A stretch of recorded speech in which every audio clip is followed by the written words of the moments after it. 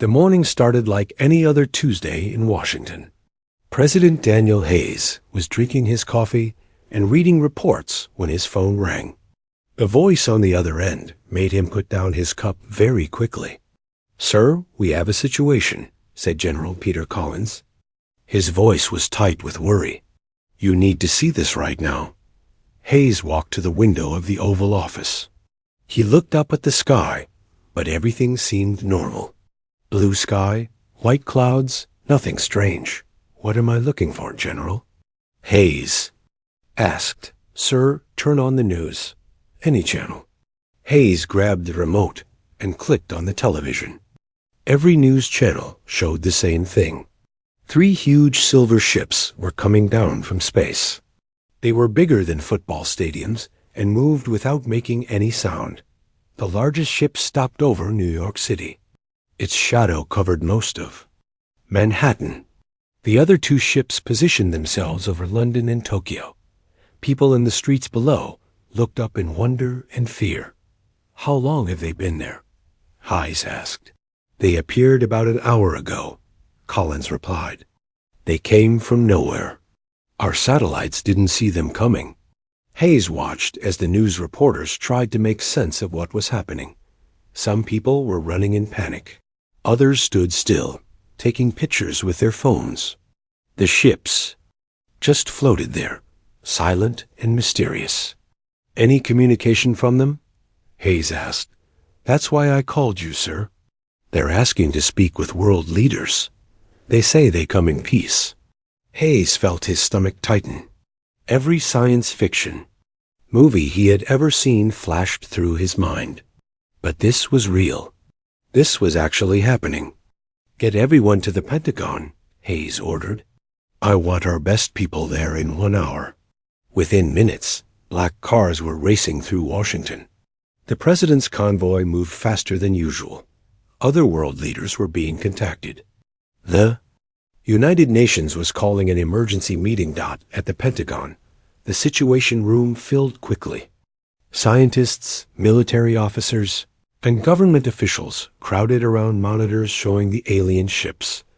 Dr. Elena Rodriguez, the president's science advisor, was already studying the images. "What can you tell us about them?"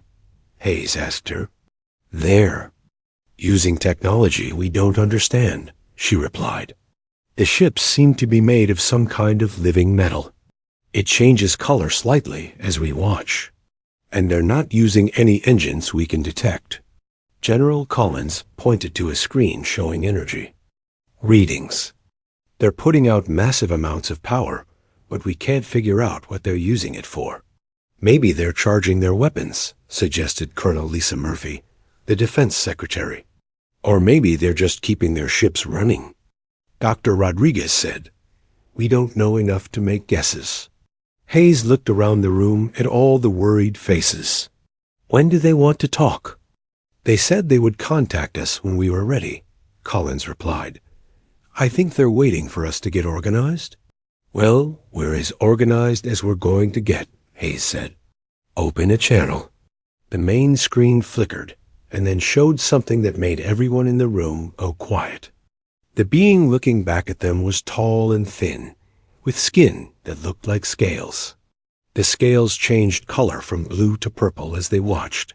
It had 6 eyes arranged in 2 rows on its long face. "Greetings," the being said. Its voice was strange, like music and wind mixed together. "I am Ambassador Seth Kalar of the Galactic Council of Aligned Species." Hayes stepped forward. "I'm President Daniel Hayes of the United States. We welcome you to Earth." "Thank you, President Hayes. I bring good news for your world." The ambassador's 6 eyes seemed to study everyone in the room. Hayes felt like he was being examined by a doctor, but he tried to stay calm. "What kind of good news?" Hayes asked. "Your species has reached a special point in its development," Seth Kalar explained. "You have learned to travel in space and communicate across great distances. This makes you ready to join the galactic community." Dr. Rodriguez leaned forward. "How many species are in this community?" Over 4,000 civilizations across this part of the galaxy, the ambassador replied, all living in peace and safety, under our protection. Hayes felt something cold in his stomach. Protection from what? Zeth Kalar's expression became more serious. The galaxy is a dangerous place, President Hayes. There are terrible creatures that eat entire worlds. There are energy beings that steal the power from stars. There are ancient machines that turn living things into fuel for their engines. The room was completely silent. Everyone was thinking about what this meant. But you don't need to worry about these threats, the ambassador continued. The Galactic Council offers protection to all new species. We will keep Earth safe. That's very generous, Hayes said carefully. What would this protection cost us? Very little, Zeth Kalar replied with what might have been a smile. Just a small portion of your planet's resources, some of your new technologies, and agreement to follow Council laws. Nothing unreasonable for a species wanting to join galactic civilization. Hayes looked at General Collins and Dr. Rodriguez. They both looked worried, but tried not to show it. This is a big decision, Hayes said.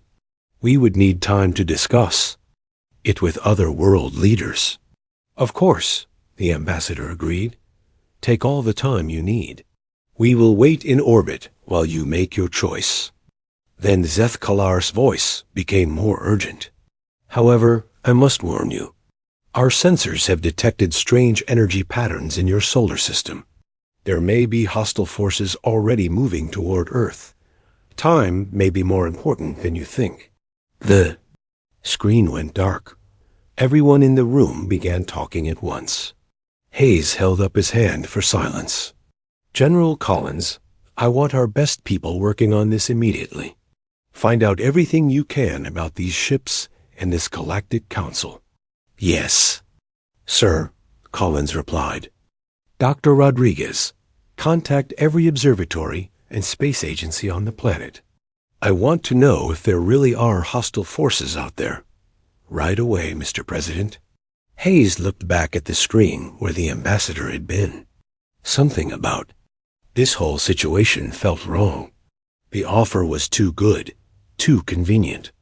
In his experience, when something seemed too good to be true, it usually was. But what if it was real? What if Earth really was in danger? What if these aliens were there? Only hope for survival? Hayes realized he was facing the biggest decision in human history, and he had no idea what the right choice would be. 3 days had passed since the alien ships arrived. The Pentagon had become the busiest place on Earth. Scientists and military experts worked around the clock, trying to understand what they were dealing with. Dr. Kevin Martinez led the team, studying the alien technology. He had been staring at computer screens for so long that his eyes hurt. But what he was seeing kept him awake better than any coffee.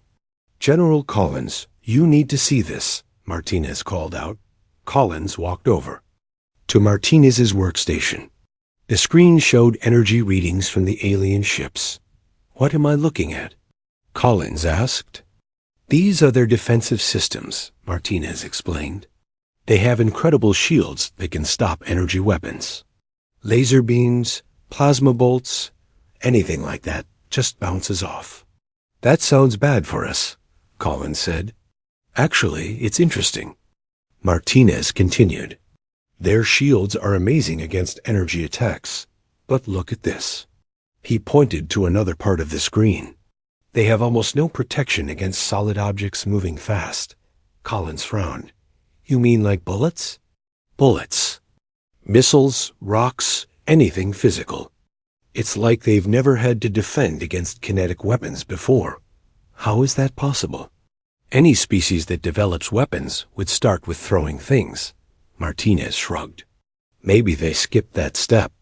Or maybe they've been fighting the same kinds of enemies for so long that they forgot about simpler weapons. Across the room, Agent Jake Morrison was working on a different puzzle. He had been trying to verify the aliens' claims about protecting 4,000 species. What he found was troubling. "Colonel Murphy," Morrison called. "I've got some problems with their story." Murphy walked over to Morrison's desk. It was covered with star charts and photographs from space telescopes. "What kind of problems?" she asked. "They say they protect 4,000 civilizations," Morrison said. "But we can only find evidence of maybe a few hundred inhabited planets in this part of the galaxy. Maybe our telescopes aren't good enough to see them all? That's what I thought at first. But look at this." Morrison showed her a photograph of a distant star system. "This system should have a protected civilization, according to their claims. But all we see is debris." Murphy studied the image. Debris from what? That's the scary part. The metal fragments matched the composition of the alien ships. There was a battle here, and recently. Morrison pulled up more images. "I found 6 more systems like this, all supposedly under Galactic Council protection, all showing signs of recent conflict." Murphy felt a chill run down her spine. "Are you saying the aliens are lying about protecting these civilizations?" "I'm saying something bad happened to a lot of supposedly protected species," Morrison replied. "And it happened recently enough that we can still detect the evidence." Meanwhile, in another section of the Pentagon, the communications team had made their own disturbing discovery. Tech Sergeant Amy Clark had been monitoring all radio frequencies, looking for any alien communications. "Sir, you need to hear this," Clark said to General Collins. Collins put on headphones and listened to a recording. It was in an alien language, but the tone sounded urgent and secretive. "What am I hearing?" Collins asked. "We picked this up from the alien ships about an hour ago," Clark explained. "We don't know what they're saying, but we've detected some interesting patterns." Clark played another section of the recording. This phrase keeps repeating. "Our computer. Analysis suggests it might be coordinates." "Coordinates for what?" "We're not sure, but when we plot them on a star map, they all point to systems in our local area. Systems with planets that could support life." Collins removed the headphones. "How many systems?" 17 so far. "And sir, there's something else. We've detected other ships." "Other ships?" "At least 6 more alien vessels, much smaller than the 3 in orbit. They're hiding behind our moon and in the asteroid belt. They're trying to stay hidden, but they're definitely there." Collins felt his blood run cold. "Are they military ships?" "Hard to say for sure, but they're armed. And they've been moving into position since the first day." Collins grabbed his phone and called President Hayes immediately. "Sir, we have a situation. The aliens aren't alone. There are more ships hiding in our solar system." Hayes was in a meeting with other world leaders through video conference when he got the call. The President of Russia and the Prime Minister of Britain were both expressing concerns about the alien offer. "Excuse me," Hayes said to the other leaders. "I need to take this call." After Collins briefed him on the new discoveries, Hayes felt sick to his stomach. Everything about this situation was wrong. "General, get everyone together for an emergency briefing. I want to know everything we've learned in the last 3 days." An hour later, the Situation Room was packed. Hayes listened as each team reported their findings. The picture that emerged was terrifying. "So let me make sure I understand this," Hayes said. "The aliens have technology that's vulnerable to our weapons. They're lying about how many civilizations they protect. There's evidence of recent battles in systems they claim to protect. And they have hidden warships in our solar system." "That's correct, sir," Collins confirmed. Dr. Rodriguez spoke up. "There's one more thing, Mr. President. We've been analyzing the power signatures from their ships. The energy they're producing is consistent with industrial equipment, not defensive." "Systems. What kind of industrial equipment?" Hayes asked. "Mining equipment. Or resource extraction systems. The kind of machinery you'd use to strip a planet of its valuable materials." The room fell silent. Everyone was thinking the same thing, but nobody wanted to say it out loud. Hayes stood up and walked to the window. He could see one of the alien ships in the distance, floating silently over the city. So their protection offer isn't really protection at all, he said quietly. It appears to be more like a harvesting operation, Dr. Rodriguez replied. They offer protection from threats that may not even exist. Then they slowly extract resources, until there's nothing left. But why go through all the diplomatic nonsense? Asked Colonel Murphy. Why not just attack us directly? Because this way is easier, Agent Morrison answered. If you convince a species to cooperate, they do most of the work for you. They mine their own resources, develop their own technologies, and hand it all over willingly. Hayes turned back to face the room. How long does this process usually take? Based on the evidence we've found, anywhere from decades to centuries, Morrison replied. It depends on how advanced the target species is and how much they resist. And what happens to the species when the process is complete? Morrison hesitated. We found 17 systems with debris fields, sir. No signs of life. Hayes felt anger building inside him. These aliens had come to Earth pretending to be saviors. In reality, they were predators looking for their next meal.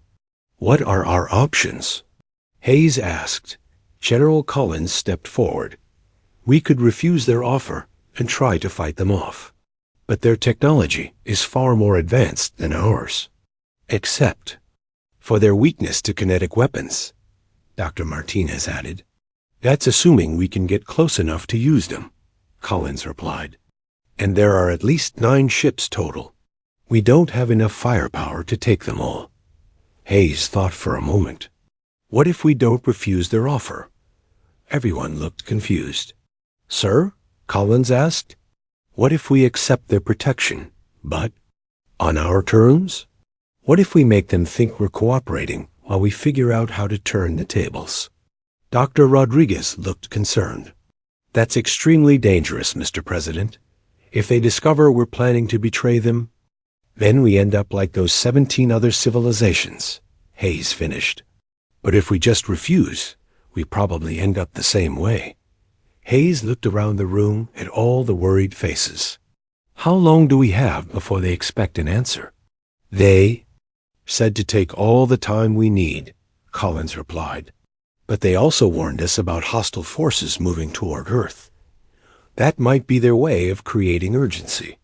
Or it might be their hidden ships preparing to attack if we refuse, Morrison suggested. Hayes made his decision.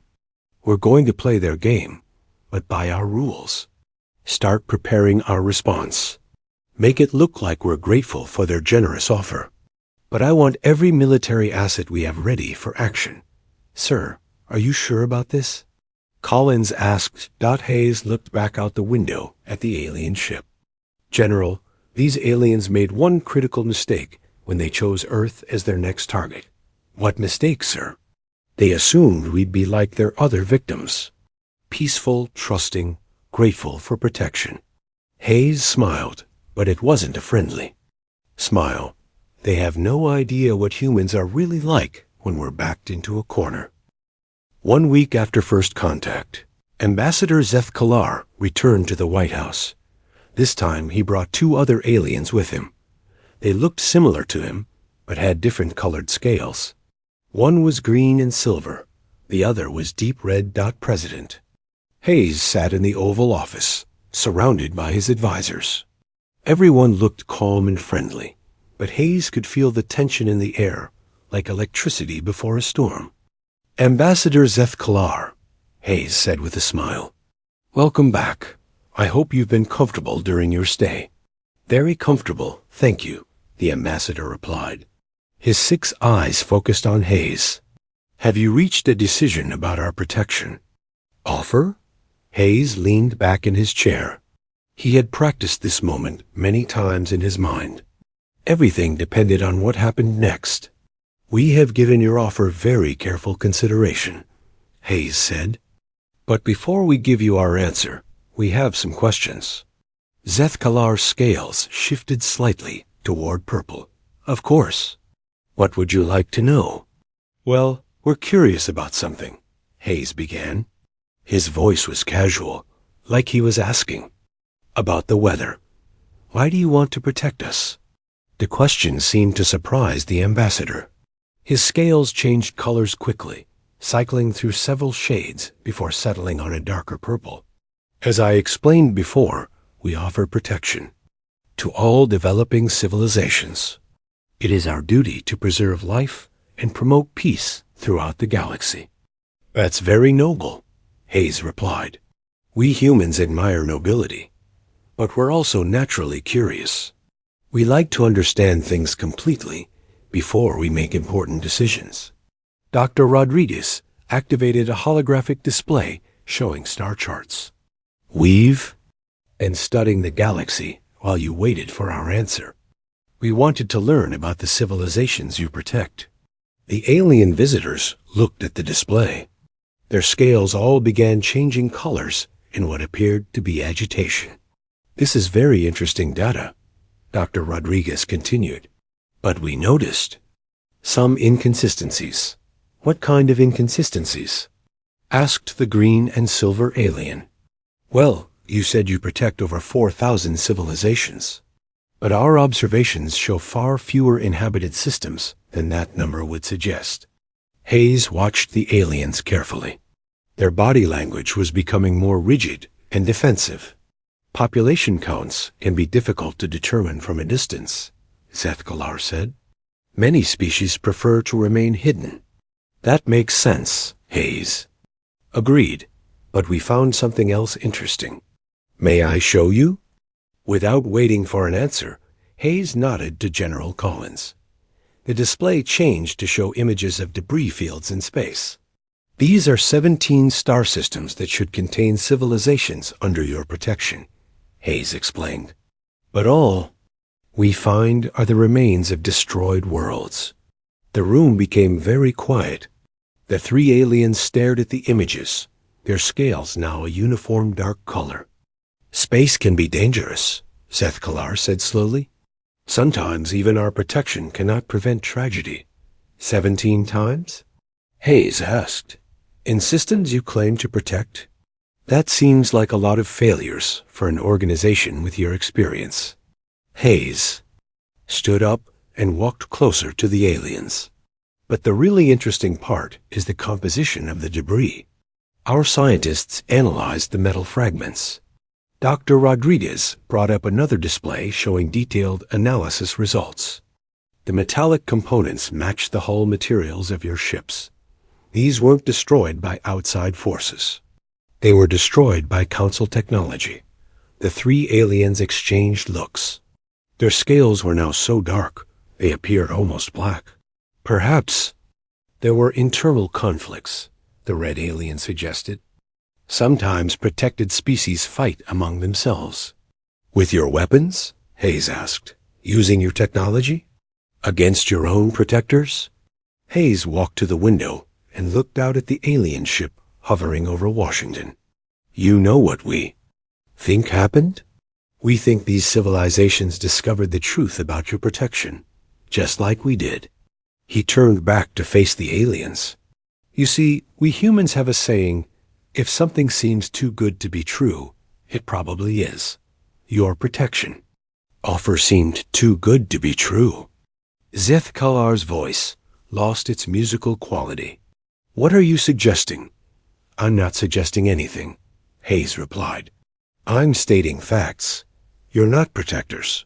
You're predators. The ambassador stood up, his full height making him tower over the humans. These accusations are insulting and baseless. Are they? General Collins asked. He activated another display showing energy readings. These are power signatures from your ships. They're not defensive systems. They're industrial equipment, mining and extraction machinery. Hayes smiled, but it wasn't a friendly expression. The beautiful part of your operation is how voluntary you make it seem. The protected species never realize they're being harvested until it's too late. You offer protection from terrible threats, Dr. Rodriguez added. Threats that exist only in the fears you create. Meanwhile, you slowly drain worlds of their resources and populations. The green and silver aliens spoke for the first time since the presentations began. Even if your wild theories were correct, what could you possibly do about it? You're a primitive species that has barely left its home planet. Hayes laughed. It was not a pleasant sound. Primitive? He asked. Ambassador, let me tell you something about primitive species. We've been studying your ships for a week. Your amazing advanced technology has some interesting weaknesses. Impossible, Seth-Kalar said. Our shields can withstand any weapon you possess.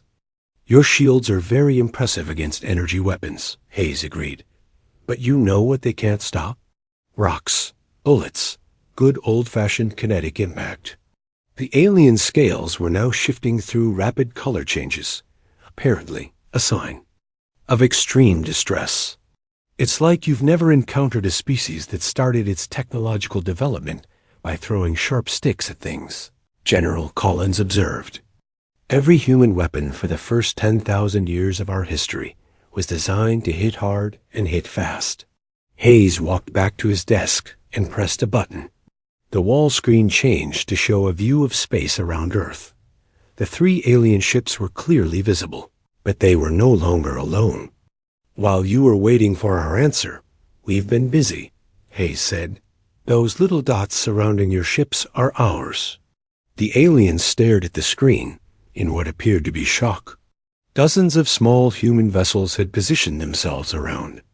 Each alien ship. Impossible, Seth-Kalar whispered. We would have detected any ships leaving your planet. You detected the ones we wanted you to detect, Hayes replied. The ones you didn't see are the ones carrying nuclear warheads. Lots of them. You're bluffing, the red alien said, but his voice shook. You don't have the technology to build effective spacecraft. Hayes pressed another button. The screen split to show multiple views. Each view showed alien ships in different parts of the solar system, all surrounded by human vessels. You're right, we don't have advanced spacecraft, Hayes admitted. But we don't need them. All we need is something that can carry a big bomb close enough to your ships to turn them into space dust. The 3 aliens were now completely silent. Their scales had turned a sickly gray color. The 6 ships you hid behind our moon and in the asteroid belt were particularly easy to surround, General Collins added. They were so focused on staying hidden from us that they didn't notice our drones getting into position. Hayes sat back down and looked at the 3 aliens. Now, let's talk about what's really going to happen here. What do you want? Seth-Kalar asked quietly. Now that's the right question, Hayes replied. First, you're going to call off whatever resource assessment you are planning. Second, you're going to tell us the real number of civilizations still alive under your so-called protection. Third, you're going to explain exactly how your operation works. And if we refuse, Hayes gestured toward the screen, showing the surrounded alien fleet, then you'll discover something interesting about humans. We're the only species in this galaxy that spent its entire evolutionary history fighting wars against itself. We've been perfecting the art of warfare for thousands of years, General Collins added. Every major advance in human technology started as a way to kill each other more efficiently. Dr. Rodriguez looked at the aliens with what might have been pity. You made the mistake of thinking we were like your other victims. Peaceful species grateful for protection, willing to trade freedom for safety. Hayes stood up one final time. But humans have another saying, Ambassador. Give me liberty or give me death. We chose both. The 3 aliens looked at each other and back at the humans. For the first time since their arrival, they looked truly afraid. What do you want us to do? Seth-Kalar asked. Hayes smiled. This time it was almost friendly. I want you to start telling us the truth. All of it? The tension in the Oval Office was so thick it could be cut with a knife. The 3 aliens sat in their chairs looking defeated. Their proud postures had crumbled into something that looked like fear. Ambassador Zethkalar's scales had turned, a dull gray color that seemed to indicate surrender. President Hayes waited patiently. He had learned that sometimes silence was the most powerful weapon of all. After several minutes, Zethkalar finally spoke. "What exactly do you want to know?" the ambassador asked. His voice no longer had its musical quality. Now it sounded hollow and tired. "Let's start with the basics," Hayes replied. "How many civilizations are actually still alive under your protection?" Zethkalar was quiet for a long moment.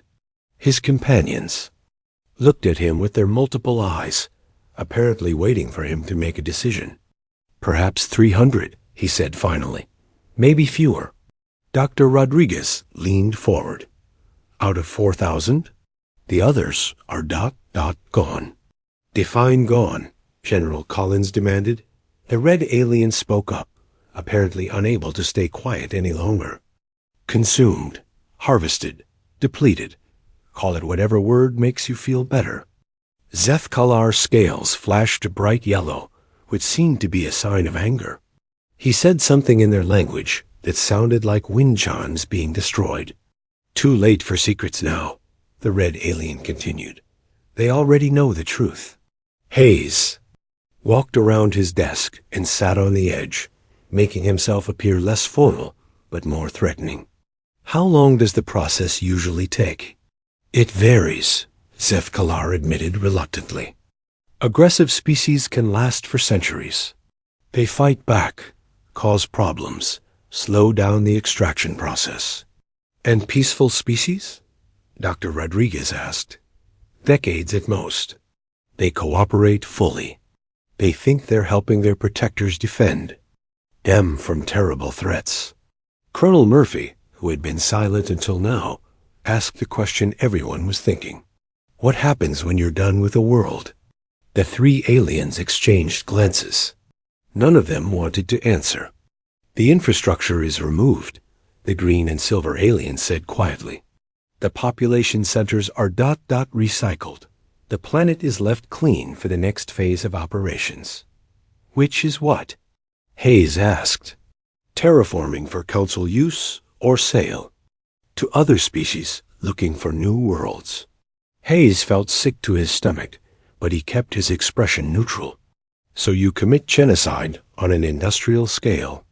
"We prefer to think of it as resource optimization," Zethkalar said, though he couldn't. Meet Hayes's eyes. "How many worlds have you destroyed this way?" General Collins asked. "I don't keep exact counts," the ambassador replied. "Thousands, perhaps tens of thousands over the millennia." The room fell silent again. Everyone was processing the enormity of what they were hearing. Hayes stood up and walked to the window. He could see people going about their normal lives on the streets below. They had no idea how close they had come to joining the long list of extinct civilizations. "Tell me about the threats you warned civilizations about," Hayes said without turning. "Around, the world-eating creatures and energy beings and ancient machines. Some of them are real," Zethkalar admitted. "But most are exaggerated, or entirely fictional. The real threats are rare and usually avoid populated systems," the red alien added. "They're not nearly as dangerous as we make them seem." Hayes turned back to face the aliens. "So you create fear to make species beg for your protection." "Fear is an effective motivator," the green and silver alien said. "Civilizations that are afraid make better decisions about cooperation." "Better for you, maybe," Colonel Murphy observed. Hayes returned to his chair. "I'm curious about something else. In all these thousands of years, has any species ever fought back successfully?" "A few tried," Zethkalar said. "But they were isolated, alone. They had no allies, no knowledge of our true capabilities or the scope of our operations." "What happened to them?" "They were dealt with more directly. Military action instead of gradual harvesting." General Collins leaned forward. "But none of them ever won." "How could they?" the red alien asked. They were single worlds fighting against the Galactic Empire. The mathematics were impossible. Hayes smiled.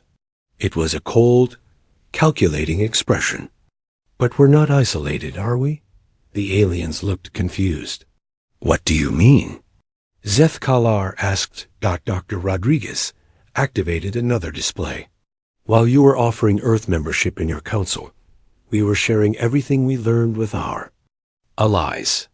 The screen showed a map of human space exploration and communication networks. Lines connected Earth to various space stations, lunar bases, and Mars colonies. Every human settlement now has copies of your ship designs, your technology specifications, and your operational procedures, Dr. Rodriguez continued. More importantly, General Collins added, we've been in contact with some of your surviving protected species. The alien scales all changed color simultaneously, shifting to what appeared to be a shade of panic. Impossible, Zeth Kalar said. Communications with protected species are strictly controlled. Only if they cooperate with your control, Hayes replied. It turns out that several civilizations have been looking for a way to break free from your protection for quite some time. Agent Morrison entered the room carrying a tablet. Mr. President, we have responses from the Kepler system, the Wolf system, and 3 others. They're all interested in our proposal. Hayes looked at the aliens. You see, Ambassador, humans have always been good at making friends, and even better at making alliances against common enemies. What proposal? The red alien demanded. We offered to share our military technology with any civilization willing to fight back against the Council, Hayes explained. Turns out, kinetic weapons work just as well for other species as they do for us. Zeth Kalar stood up abruptly. This is madness. You're talking about starting a galactic war. No, Hayes corrected. You started the war thousands of years ago. We're just changing the odds. The ambassador began pacing around the room, his tall form moving with agitated, jerky motions. You don't understand the forces you're dealing with. The Council controls vast fleets, enormous resources, entire star systems devoted to military production. Controlled, Hayes said, past tense. Because all of that was based on having a monopoly on advanced technology and facing opponents who were isolated and afraid. General Collins stood and walked to the display showing the surrounded alien ships. But you don't have a monopoly anymore, and your opponents aren't isolated. Plus, Dr. Rodriguez added, your technology isn't as advanced as you thought. You've been picking on peaceful civilizations for so long that you forgot how to fight a real war. Hayes looked directly at Zeth Kalar. Tell me, Ambassador, when was the last time the Council faced an enemy that shot back? The alien was quiet for a long moment. It has been many centuries. I thought so. You've gotten soft, lazy. You rely on intimidation and trickery because you haven't had to fight a real battle in generations. Colonel Murphy activated another screen showing military readiness reports. Meanwhile, humans have been perfecting warfare for our entire existence.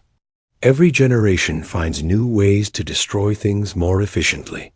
We've fought wars with sticks and stones, swords and arrows, gunpowder and bullets, tanks and aircraft. Nuclear weapons and guided missiles, General Collins listed. War isn't just something we do. It's something we are. Hayes returned to his position at the window. But here's the really bad news for you, Ambassador. We're not just good at fighting. We're good at teaching others how to fight. What do you mean? Zeth Kalar asked, though his tone suggested he already knew the answer. Every civilization you're currently protecting is about to receive detailed instructions on how to build kinetic weapons, nuclear devices, and delivery systems, Hayes explained, along with tactical advice on how to use them against Council ships. The 3 aliens sat down heavily in their chairs. Their scales had turned almost completely gray. You're going to destroy everything? The green and silver alien whispered. We're going to free everyone, Hayes corrected. There's a difference. Zethkalar looked up at Hayes with what might have been desperation. Even if you succeed in destroying the Council, what then? You'll have unleashed violence across the entire galaxy. Billions will die in the chaos. Hayes was quiet for a moment, considering the question seriously. You're probably right. A lot of people will die in the war that's coming, but they'll die as free beings fighting for their worlds, not as cattle being led to slaughter. He turned back to face the aliens. Besides, we humans have experience with this kind of situation. We've fought wars of liberation before. We know how to rebuild after the shooting stops. This is different, Zethkalar protested. This is galactic in scope, so we'll build a galactic alliance, Hayes replied simply. Based on cooperation instead of exploitation. Trade instead of tribute. Protection that's actually protective. General Collins smiled grimly. The difference is, when humans offer protection, we actually mean it. Hayes walked back to his desk and pressed another button. The main screen changed to show a new image. It was a human warship, but unlike anything the aliens had seen before. It was covered in weapon systems and armor plating. We've been busy this past week, Hayes said. While you were waiting for our answer, we weren't just building drones. We've been preparing for war. The image changed to show more ships. Dozens of them, all bristling with weapons designed to poo. 6 months had passed since the Galactic Council ships fled Earth orbit. The galaxy was no longer the same place it had been for thousands of years. War had erupted across dozens of star systems as protected civilizations rose up against their Council overlords. President Hayes stood in the newly constructed command center deep beneath the Pentagon. The room buzzed with activity as military officers and scientists coordinated humanity's first interstellar war. Dozens of screens showed battles happening light years away. Status report, Hayes called out. General Collins approached with a tablet, full of updates. The Kepler system is now completely free of Council forces. The local civilization used our kinetic missile designs to destroy 3 Council harvesting ships. Any casualties on our side? None. The unmanned drone strategy is working perfectly. We're inflicting massive damage without risking human lives. Doctor. Rodriguez looked up from her workstation. Mr. President, we're receiving a priority transmission from the Wolf system. They've successfully captured a Council command ship intact. Hayes felt a surge of excitement. Any useful intelligence?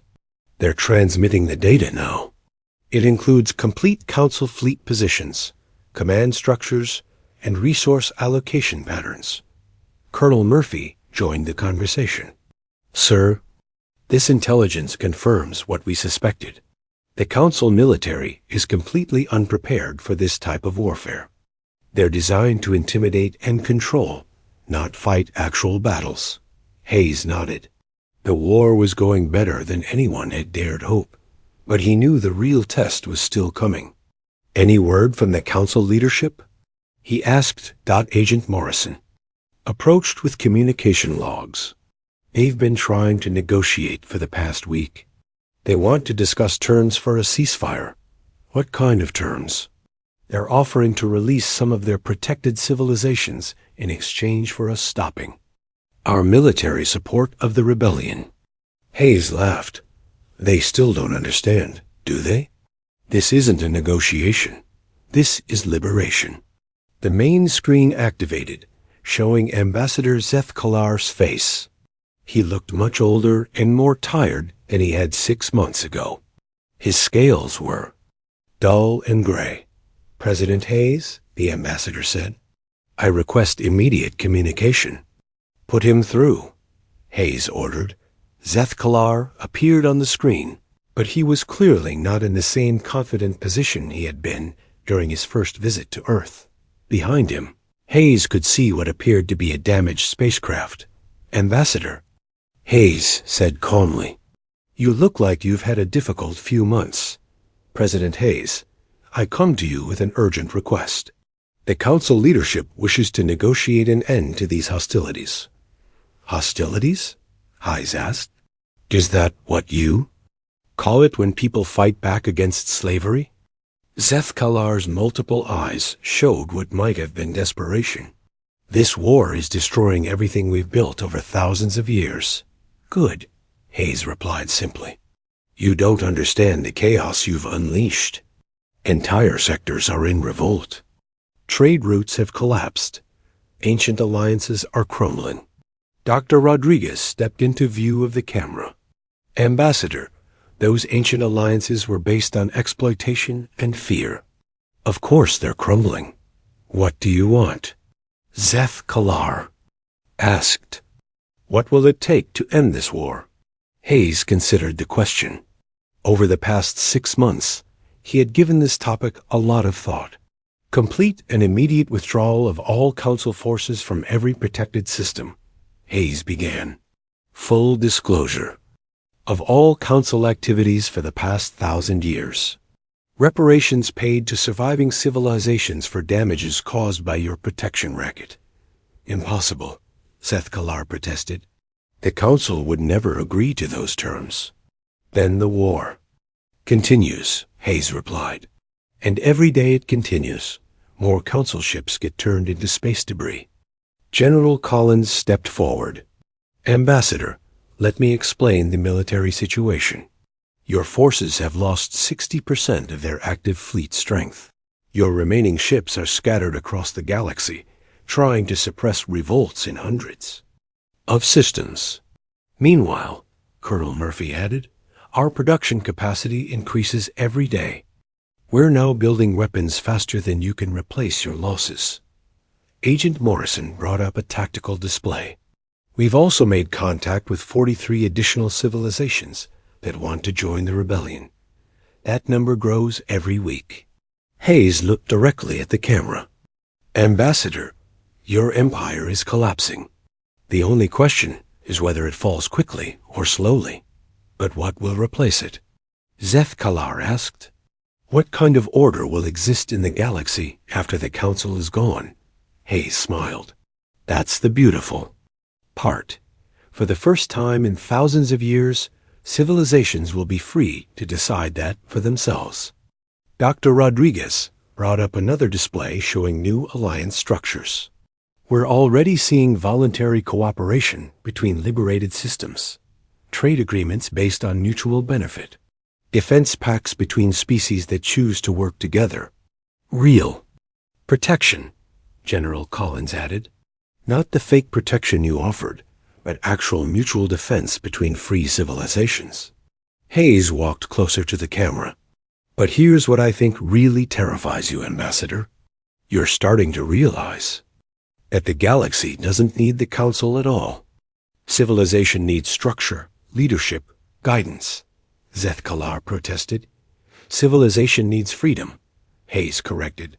Everything else develops naturally when people are free to choose their own paths. The ambassador was quiet for a long moment. What happens to my species when this war ends? What happens to the Council members? Hayes considered the question seriously. That depends on what you choose to do. Species that cooperate with the liberation effort and help rebuild will be welcomed as equals in the new galactic community. And those that don't will face the consequences of their choices, General Collins said grimly. Dr. Rodriguez brought up historical data. Ambassador, humanity has experience with this kind of transition. We fought wars of liberation before.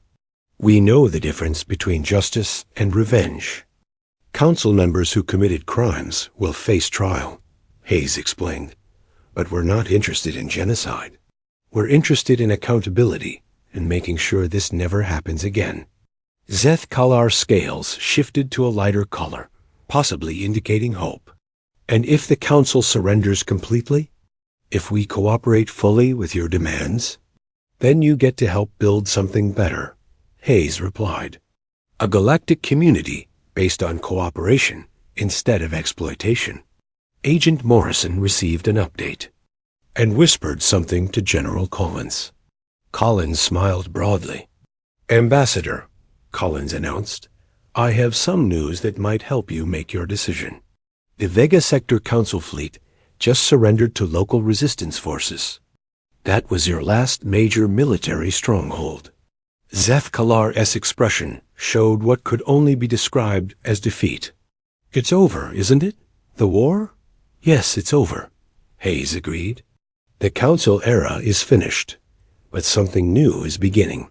Hayes walked back to his desk and sat down. "Ambassador, I'm going to make you an offer. Not as the President of Earth to a Council representative, but as one intelligent being to another." "What kind of offer?" "Help us build the new galactic community. Use your species' knowledge and experience to create something better than what came before. Be part of the solution instead of the problem." Zeth Kalar was quiet for several minutes. His scales cycled through various colors as he apparently considered the offer. "What would be required of us?" he asked finally. "Complete honesty about Council operations, full cooperation with liberation efforts, and a commitment to the principle that no species should ever again be forced to pay for protection." Dr. Rodriguez added, "Your knowledge of galactic geography, other species, and interstellar technology would be invaluable in building new trade networks and communication systems. Think of it as a chance to redeem your species," General Collins suggested. "To be remembered as part of the liberation instead of part of the oppression." Hayes stood up one final time. "Ambassador, this is the only offer you're going to get, and it expires when this communication ends." Zeth Kalar looked directly at the camera. "I accept your terms, President Hayes.